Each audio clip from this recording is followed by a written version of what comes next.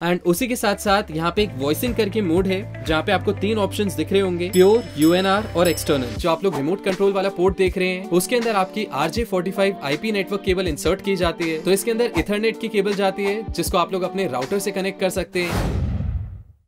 Hey guys, I'm Vasudev और आप देख रहे हैं मिक्स विद वासुदेव। तो आज मुझे आप लोगों को एक बहुत ही एक्साइटिंग न्यूज देनी थी, विच इज कि एक ऐसा गियर था जो कि काफी टाइम से मेरी विश लिस्ट में था, जिसको हम लोग फाइनली स्टूडियो में ले आए हैं, हमारे नए स्टूडियो मॉनिटर्स। तो ये बेसिकली एडम ऑडियो के A7V स्टूडियो मॉनिटर्स हैं जिन पे हमने अपग्रेड किया है। तो आज के वीडियो में मैं आप लोगों को डिटेल में इसके फीचर्स बताऊंगा और ये भी बताऊंगा कि क्या ऐसा खास है इन स्टूडियो मॉनिटर्स में कि ये 2 लाख रुपए का पेयर है, और तो और इनमें और मेरे जो पुराने स्टूडियो मॉनिटर्स थे एडम ऑडियो के T8V उनमें क्या डिफरेंस है। तो सबसे पहले अगर हम लोग इसकी बिल्ड की बात करें तो बिल्ड के बारे में बोलने की तो कुछ भी जरूरत नहीं है। जहाँ पे कॉस्ट है वहाँ पे क्वालिटी तो आपको मिलेगी। उसके अलावा ये जो आप ट्विटर्स देख रहे हो ये एक्चुअली रोटेटेबल है, यानी कि ये जो आप लोग स्क्रूज देख सकते हैं, ये स्क्रूज निकाल के आप एक्चुअली इसको शिफ्ट कर सकते हो, जिसका आसान भाषा में ये मतलब है या तो आप अपने स्टूडियो मॉनिटर्स को वर्टिकली रख सकते हो या तो हॉरिजॉन्टली। तो यहाँ पे मैंने हॉरिजॉन्टली इसलिए रखे हैं ताकि मेरा जो ट्विटर है, मिड रेंज ड्राइवर है और जो मेरा वूफर है वो सारे मेरे ईयर लेवल पे आए, इक्वल लेवल पे आए। और इसके अलावा जो इनके ट्विटर्स हैं ये बेसिकली हैंडमेड है, तो काफी ज्यादा प्रिसाइज डिजाइन, काफी ज्यादा अच्छा हाई एंड मिलता है इन स्टूडियो मॉनिटर्स से। तो इनके जो भी टेक्निकल स्पेक्स हैं उनकी डिटेल में बात करते हैं। तो सबसे पहले अगर हम लोग इसकी बैक साइड पे देखें तो आप लोग देख सकते हैं सबसे टॉप पे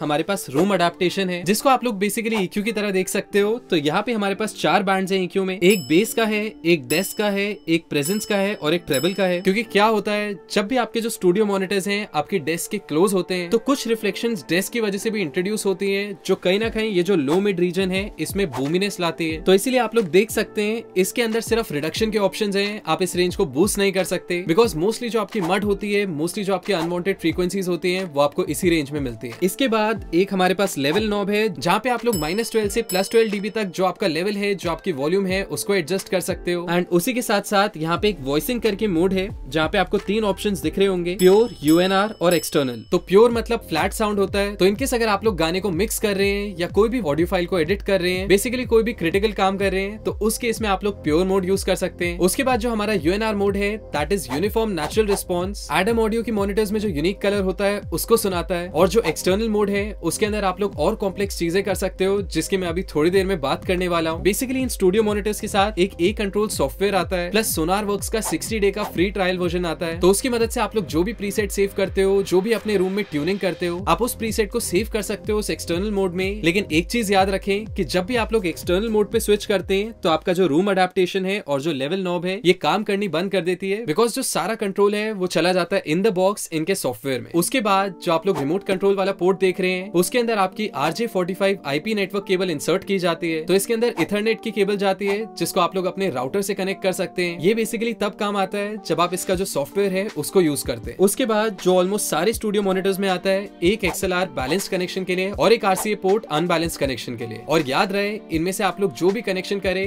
उसको सिलेक्ट जरूर करें नीचे जो इनपुट सिलेक्शन वाला बटन है उसकी मदद से। एंड एट लास्ट जो आपकी पावर केबल है उसका नीचे पोर्ट दिया हुआ है। बाकी एक बहुत इंपॉर्टेंट चीज है कि जब भी आप लोग ऐसे स्टूडियो मॉनिटर्स में इन्वेस्ट करें तो सबसे पहले लगभग 7-8 घंटे तक इन पे कोई भी कॉम्प्लेक्स म्यूजिक प्ले करें, बिकॉज इनको खुलने में टाइम लगता है, इनको थोड़ा सा ट्यून होने में टाइम लगता है। और अगर आपको अर्जेंटली प्रायोरिटी पे कोई भी मिक्स डिलीवर करना है तो मेक श्योर करें कि उससे पहले कुछ घंटे इस पे म्यूजिक प्ले करें ताकि ये रेडी टू यूज हो जाए और अपनी फुल एफिशिएंसी पे आ जाए।